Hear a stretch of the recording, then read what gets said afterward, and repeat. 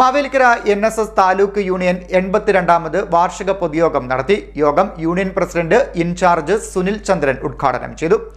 Mavelikkara taluk NSS യൂണിയന്റെ 82ാമത് വാർഷിക പൊതുയോഗം മാവേലിക്കര കോഓപ്പറേറ്റീവ് ഓഡിറ്റോറിയത്തിൽ നടന്നു.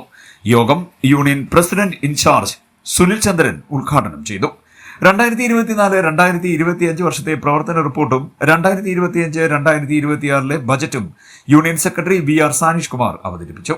NSS മാവേലിക്കര യൂണിയൻ പ്രസിഡന്റായി സുനിൽ ചന്ദ്രനെ പൊതുയോഗം ഐക്യകണ്ഠന തെരഞ്ഞെടുത്തു.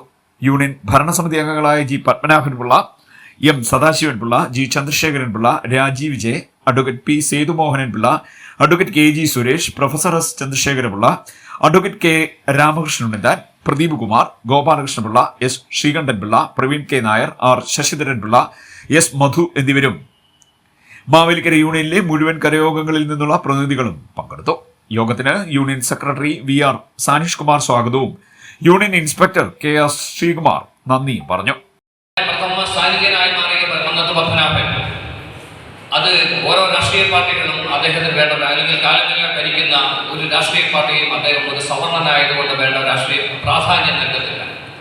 തികച്ചും അദ്ദേഹം ഒരു പിന്നോക്ക സമുദായത്തിൽപ്പെട്ടവനായിരുന്നെങ്കിൽ ഇതിനെ എല്ലാവരും വളരെ രീതിയിൽ ആഘോഷിച്ചു.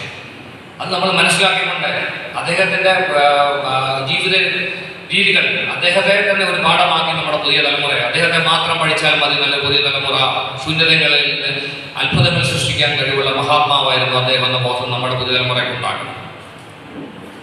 CD net news, Mavelikkara.